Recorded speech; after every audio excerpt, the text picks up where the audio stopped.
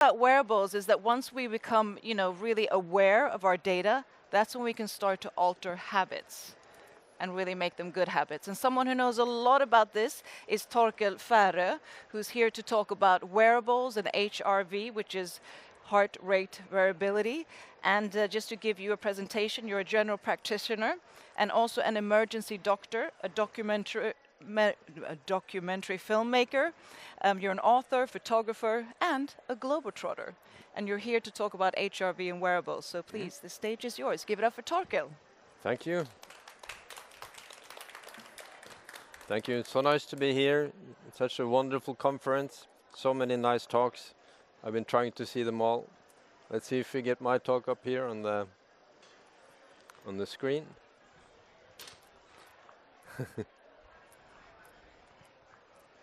That's great.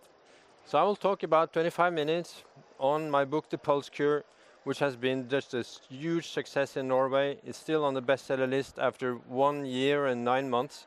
And it's totally changed my life, from being an anonymous doctor until suddenly being inside the total media storm and all. It's about how we can use wearables like smartwatches, Oura rings, and all the new tech that can help us regulate our stress levels. And it's also now in Danish, so that you can, and it will soon be in Swedish also in October. Didn't work. There. Maybe I had to stand closer to the computer. I've been working all over Norway for 26 years as a general practitioner, emergency medicine. I've had more than 100,000 consultations. So I've been seeing about 1% of Norway's population, which would be the similar in the Danish one. And we see that so many people talk about here that what we are treating and dying from is stress-related chronic inflammation. And the good thing is that this is measurable in the heart rate. Our heart responds to all demands on its body, and that is the good thing.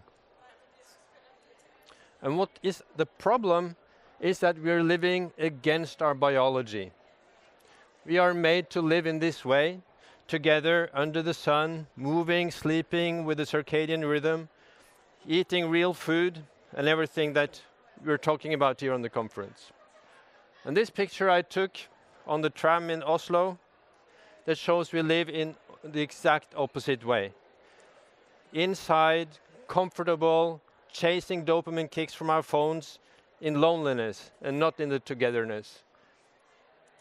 Messing up the circadian rhythm and everything. So almost everything we do in our modern lives stresses us to some degree and creates disease.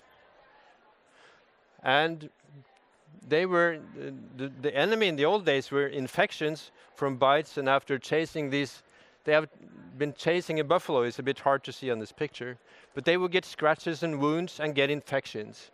But the problem now is that you all know is inflammation in our bodies, that we're not accustomed, our immune defense is not made to deal with that. I made a health journey myself. I've done all the mistakes in my book properly, even though I'm a doctor. All the mistakes. I weighed 20 kilos more than I do today, did not exercise, did not care about sleep, did not care about what I was eating. Because as doctors, we didn't know that it mattered so much that we know now. But after my father died at 73 years of age, I just saw that I have to change my life completely, to live as long as I can, as healthy as I can. And in that, the wearables has been a very important part of it. And there's so many wearables. I've been wearing them at the same time often. Also checking out which are the best ones. And by far the best one is the Garmin. I have no affiliations, it's not sponsored, but they are the best ones, and that is because they have put the algorithms of Firstbeat, the Finnish company, into their system. That is why it's been the best, and that is what I will concentrate on in this talk I will show you later. To understand how we can measure the heart rate and tell us something about our stress level, we have to go back into our autonomic nervous system. The on system here, the sympathetic part, and the off system here, the brake pedal, the parasympathetic part. This controls all the inner organs, everything that happens while we're unconscious, while we're sleeping. And it also affects the immune system and the mitochondria. So it's all here in the reptilian brain and under. 100 million years old system that still affects us so much more than just our intellectual human brain. And the good thing is that the state of the system is revealed in the heart rate. And how come? In the parasympathetic mode, when we are calm and relaxed, then the heart rate will go up when we breathe in and our lungs are full of oxygen. And when we breathe out and there's less oxygen, the heart rate will go down a little bit, measured in milliseconds, but over a lifetime, it can be 350 million beats. If we're in the stressful state, and this old fossil living in our brain does not know if we have a deadline or if it's a lion chasing us, it will react in the same way. The biological response to stress is the same no matter what it is demanding.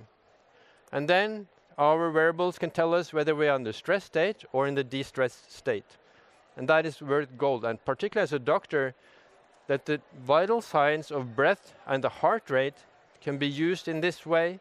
And why we haven't noticed it before to this degree, I don't know. Maybe it was too easy. And then we will get, in our car, we have the dashboards. It would be very hard to drive our car without the dashboards, right? Without knowing the speed, how much is left on the gas tank, you know, what's the outside temperature, how far is it to the next place. Well, now we have dashboards for our own physiology. And the one that I will concentrate on here is the Garmin, where the blue here, that will be in the de-stress parasympathetic mode. The lower, the better. And here, the spikes here on the high ones, that is the stressful state from 0 to 100. The body battery line, which is a measurement, an estimate of our available physiological forces, will be this white line over here. It will tell us throughout the day, from midnight to next midnight, how we are doing, if we have a sustainable stress level. And we had 200 test persons using the watches during the work of my book. And of course, if you go out here on the street in Copenhagen and ask, are you stressed? You will respond to this. Is it a mental stress? What you soon find out when you start using the wearables is that most of the stress demanding forces from your body is physiological. It can be anything from poor sleep and diet, the mealtime, alcohol that you were talking about just on the stage here, menstrual cycle, so important. I'll get back to some of these things. Sunlight, poor fitness level. There's so many things that we, and particularly as a doctor, had not known that it could stress my system, because we had only learned about the sympathetic part as fight, flight, and freeze. And as I was never fighting or fleeing away from anything, I would think that I was in the de-stressed mode. But when I started using the wearables, I saw that I was in the stress mode because of many of these factors. I'll just let you have a glance at this. This is what helps us in the moment. This is why it's better to have a good heart rate variability, a better variation between heartbeats, that we have a calm system and that we have control of our stress balance. This is the good parts about it. And maybe the most part is to lessen the risk of getting into a burnout or a fatigue situation. These wearables would warn you way before you feel it yourself. These are the instant rewards in our everyday life. But heart rate variability is coupled to all of the diseases that we don't want. 9 out of the 10 deadliest diseases in the US, and then of course the rest of the world, have an association with heart rate variability. It's both on the same side of cause and consequence. If you have a low heart rate variability as a measure of your poor immune system, you can get a disease and it will be even worse. So it's kind of a vicious circle. I'll go into the different stages of the pulse cure and pulse cure. sleep, stress, movement, active rest, diet, alcohol, and menstrual cycle. I will tell you glimpses of it here in the next few moments. Sleep, of course, the most important thing. Our natural way of restoring and recovering. And here you can see an example of a good recovery. I have been calm in the evening. That's the most important thing. Being calm the last 1 or 2 hours before you go to bed, going for a soft landing. And then you will see that my body battery line here is going almost up to 100, which is not so usual for me. And then when I have a lecture for a big company, I get stressed, of course. I should. We should stress. But I will be back into the parasympathetic mode quite fast. But then you can see here, as opposed to this evening, here I'm at the hotel, I'm eating from the buffet with a big smorgasbord of so many delicious things and cakes and all of that. And I get stressed from the food. And then you can see that the next night does not look like this. It will be more stress into the night. And my body battery here is just probably 60. And the exact same lecture that I had the day before results in a much higher stress level. So how you sleep will affect your day, and then of course the day will affect your sleep as well. And we should stress. Normally, as I'm fasting, I would continue being here in the blue state. But having a lecture will stress me, of course, and we should stress. We should put demands on our systems to grow stronger and get more resilient. What you don't want, however, is stress that is not helping you. That is just sapping you of forces outside your knowledge. Of course, I've been eating chili all my life, but only after I started using the wearables, I could see the amount that it was taxing me and my system, because here I'm just eating a normal dinner, and the stress level goes through the roof and throughout the night. And I wake up, I could as well been drinking, having a party. And you can see from the aura, go easy, and a poor sleep. So identifying these sources of stress, these unknown surprising sources of stress, is some of the best things about the wearables. Of course, we need to move. We need to have our blood flowing, circulation, the lymphatic system and so on. So that's very important to move. So many of you probably use your watches for exercise, to measure your heart rate while you are out there running. But the most important thing is to watch your pulse after you're finished. Here you can see I had a good training ability that Garmin will see. I have an easy jog. I go almost immediately back into the parasympathetic mode. Another day, 2 days after a party, with probably 4 or 5 glasses of wine, I have a body battery of 50 compared to almost 100 here, and the exact same run with the exact same heart rate zone will create a whole different stress level. So this is important to take your exercise intensity into consideration with your overall stress level and overall lifestyle. You need to push the brake pedal. You need, and this is something that a lot of biohackers forget. They do everything right, but you have to calm down. You have to be able to calm your nervous system down with either reading, breath work, or cold, as you can do out here. And of course, it's so much more motivating to step into the cold water when you can see the result on your watch in real time. And here you can see a cold shower, 2 minutes, will have a more parasympathetic activation afterwards than while I was sleeping. And here it can twist from a partly stressful level and to very, very de-stressed for hours afterwards. So this is no wonder why athletes use cold plunges to dampen inflammation and get their inflammation level down. We can also use that even if our inflammation comes from other sources.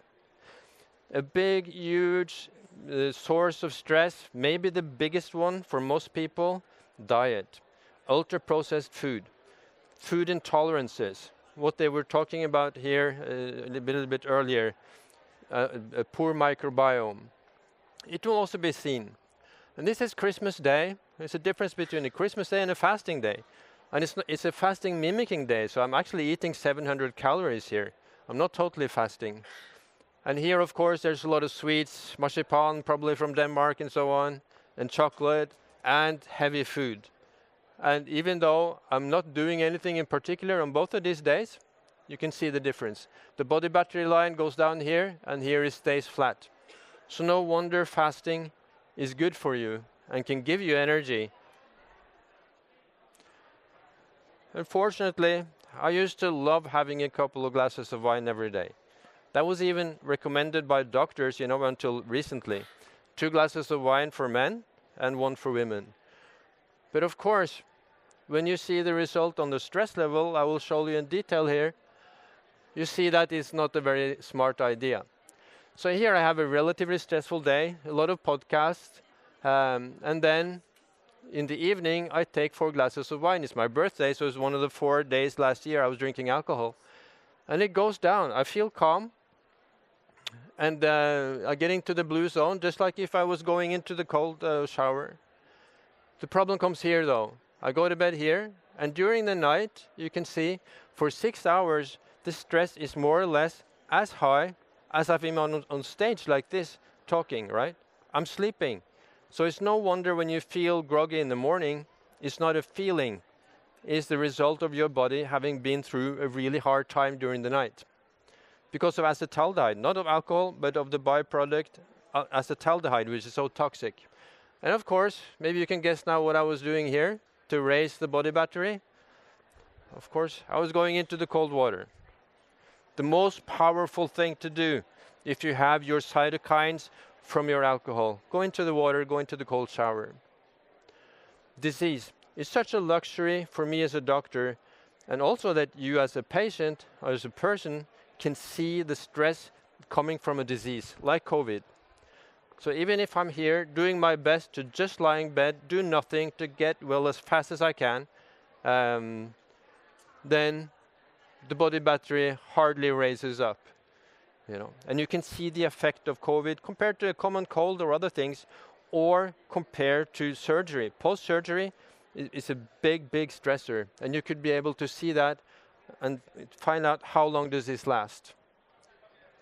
For many of you women out there, there's been so much talk about reproductive health, and the stress level, the cortisol, will disturb your brain's release of female hormones, which is why this is the curve from the heart rate variability, 4-week heart rate variability.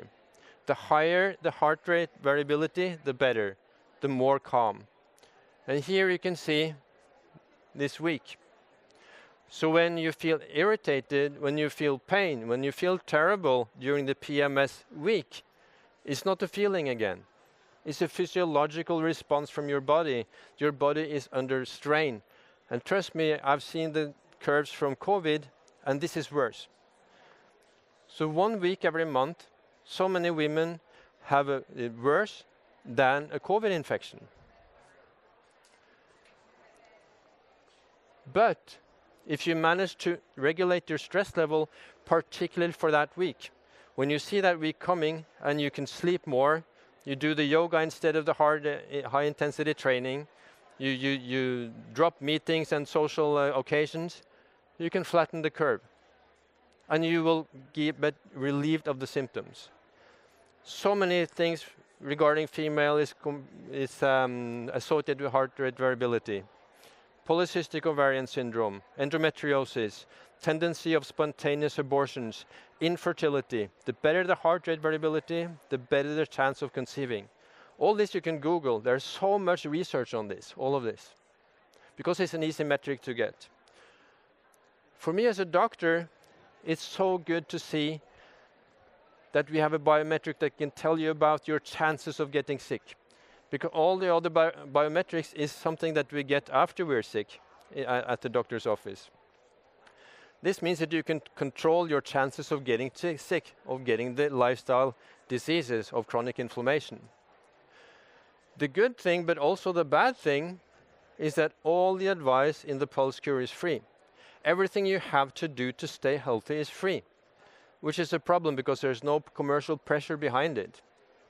So it gets overlooked. But sleeping is free, being outside in the sun, meditating is free, jogging is free, water is cheaper than anything else. than alcohol or whatever. Real food doesn't need to be more expensive. And of course, cold water, or being into the cold, is also free and accessible. The problem comes when you get sick, it gets expensive.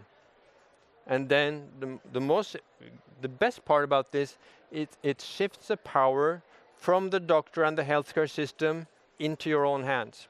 So you get the power of this.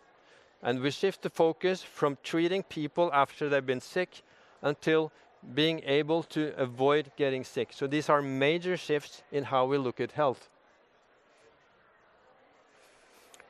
Throughout the book, there are small anecdotes from the people using the watches. Now, like here, Teresa 42. The best part of monitoring is the feeling of having a hearing aid connected to my body. And now that I can listen to the body signals, I can take better care of myself. And this answers the questions that I get most of the time. So I can, before you ask me, I can say it. And they will say, can't we just listen to our bodies? No, we can't. We never needed to develop this sense of our own inner state. All the threats throughout evolutionary history came from the outside, from animals, from food we're not supposed to eat, contaminated and so on. So we have excellent eyesight. We can see 10 million colors. We can smell 1 trillion different smells. We can hear a twig breaking far away. But whether I have 60 or 85 or 90 in heart rate while I'm living my life and communicating, I have no idea.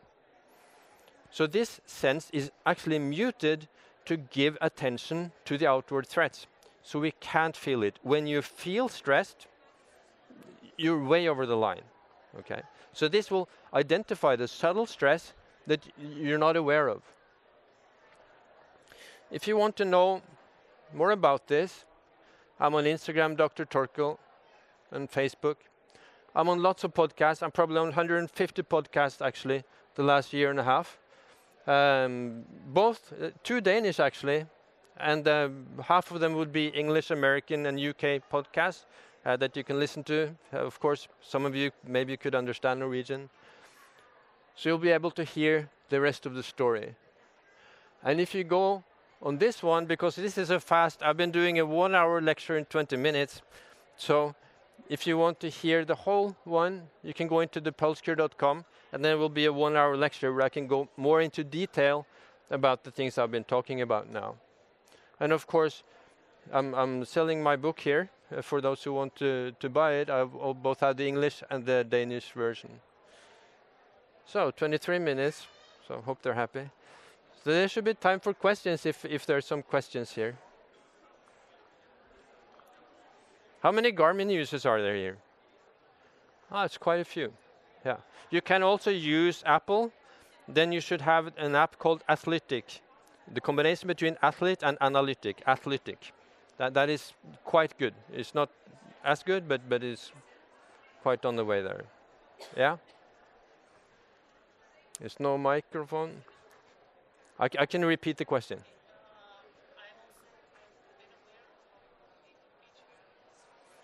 I can't hear. Microphone? Mic?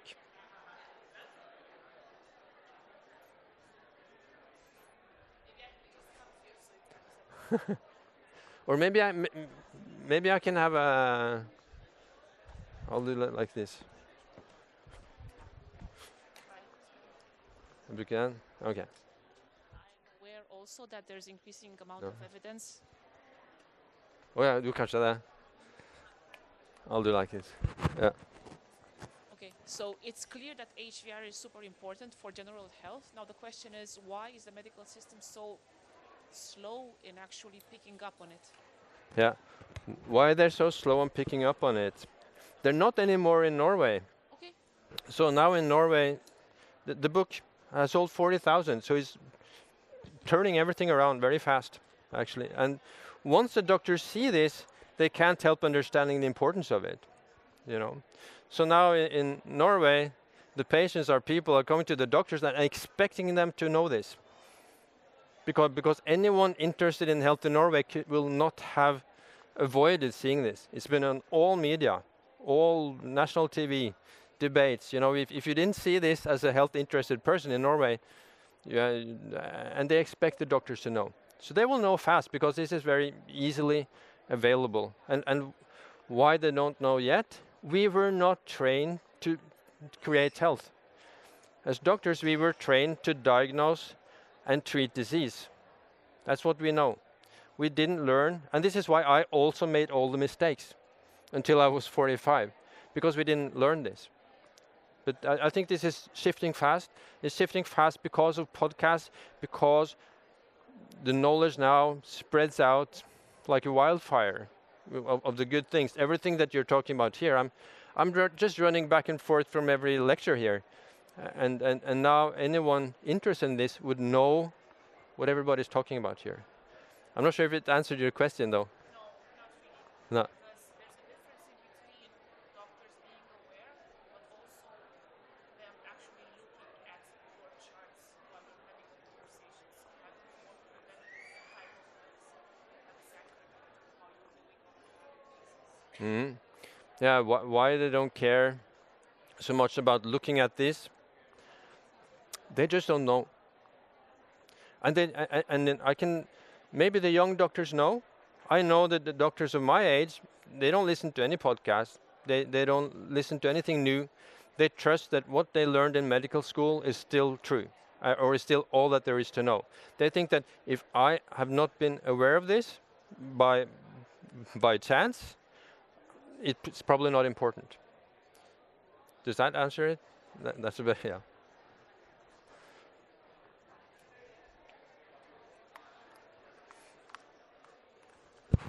Thank you for a great presentation. I'm curious about the correlation between the food and the HRV. You mentioned that processed food was having a high effect or it would give you high stress, but is there any food that in particular is better than others? Like, I don't know, meat versus plant or, yeah, protein, carbs, so forth? Like, which food would be the best to have a high HRV as possible? Yeah.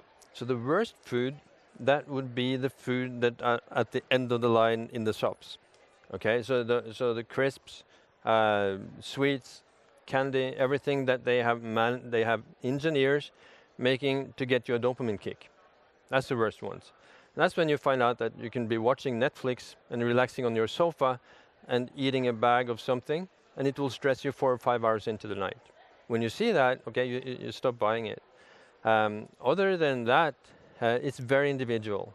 It depends on the state of your guts. Do you have a leaky gut or not? If you have a leaky gut, you can tolerate almost nothing of any kind. So this will affect it a lot. So this will be very individual. And so many people will find out that they have gluten intolerance. I said, if you find out that there's a big difference between your fasting levels and your eating levels, the chances are so high that there is some inflammation, some food intolerance causing that. So then you should take a real lab test. And what most people, for most people, is gluten and milk, of course, but it could be anything else that will affect it.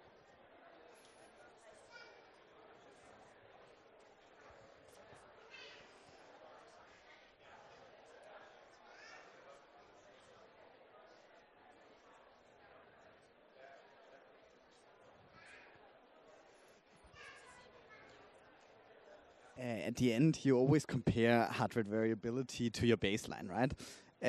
Is there any evidence, do we know anything why some people have a baseline of like 80 and other people of 150? And like if that has any impact on your health? Yeah, so the genetic part of heart rate variability baseline is about almost 50%. So in a population study, you can see that the lower the heart rate variability, the worse health. But if you go into 2 specific persons, you cannot really tell anything. So that is why you should care only about your own heart rate variability and what is your top level, and not about anybody else's, because the genetics is so high. But if you have like more than 100, you're probably in a very good, very fit state. So it tells you something about the risk that you're on the low side, but it's not the whole answer. It's kind of half of it. Yeah. And I can one question I can ask myself that that I often get: will this not just be stressful? That's people who don't use it, they will think this way, like we're constantly sitting watching. But it's more like when you're in a car. You're just looking at the dashboard if there's a policeman there or whatever. So this is how you use it. And most people actually think it's just fun. It's kind of a gamification of your health, where your health and life is at stake and not just an avatar on your game, you know. So most people think this is really funny and interesting. Of course, somebody will see that their stress level is too high. 80% of us have a stress level that will cause disease. And of course, 80% of us, even those who think that they are not stressed, will find out that they are. And that will be stressful. But it's a reality. So you have to relate to that. So Byron Katie says, ignore reality, welcome to hell. And these are the ones that I treat as doctors, you know. So if you see that you're too stressed, it's a real problem. And it's not solved by throwing your watch away.